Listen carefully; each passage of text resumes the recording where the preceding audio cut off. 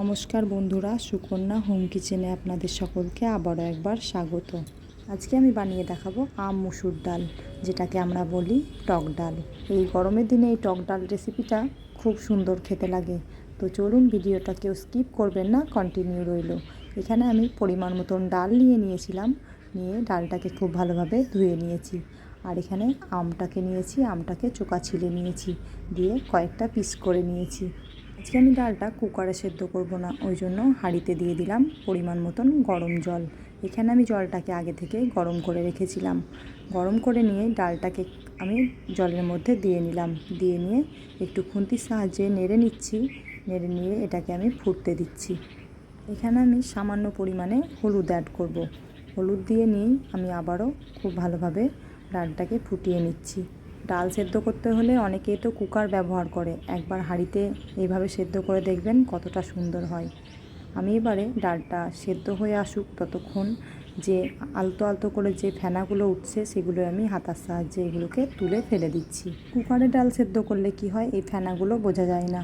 সেই জন্য হাঁড়িতে ডাল করলে এরকমভাবে ফেনা উঠবে, তখন আপনারা এইভাবে তুলে তুলে ফেলে দেবেন, তাহলে দেখবেন ডালটা কতটা সুন্দর খেতে হয়। ডালটা সেদ্ধ হোক ততক্ষণে আমার ভিডিও কে কোথা থেকে দেখছেন অবশ্যই একটা কমেন্ট করে জানাবেন। আর আমার ভিডিও যদি আপনাদের ভালো লাগে তাহলে অবশ্যই একটা লাইক, কমেন্ট, শেয়ার করবেন এবং আমার চ্যানেলটিকে সাবস্ক্রাইব করে আমার পাশে থাকবেন। ডালটা সেদ্ধ হয়ে গেছে, এবারে আমি গ্যাসের ফ্লেমটা বন্ধ করে দিচ্ছি। এবারে ডালে ফোড়ন দেওয়ার জন্য একটা কড়াই বসিয়ে দিলাম। কড়াইয়ে পরিমাণ মতন তেল দিয়ে নিয়েছি।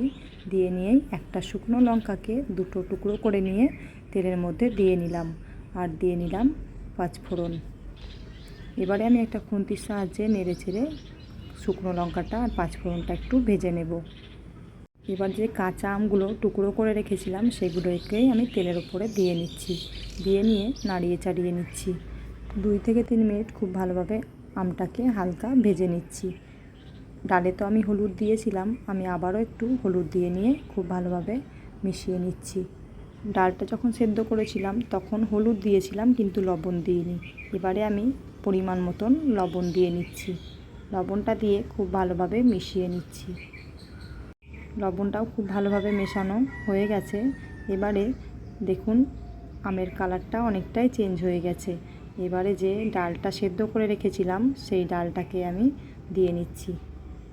গরমের দিনে এই আম ডাল বা টক ডাল যেটাই বলেন না কেন, খেতে কিন্তু খুব সুন্দর লাগে, এক কথায় অসাধারণ।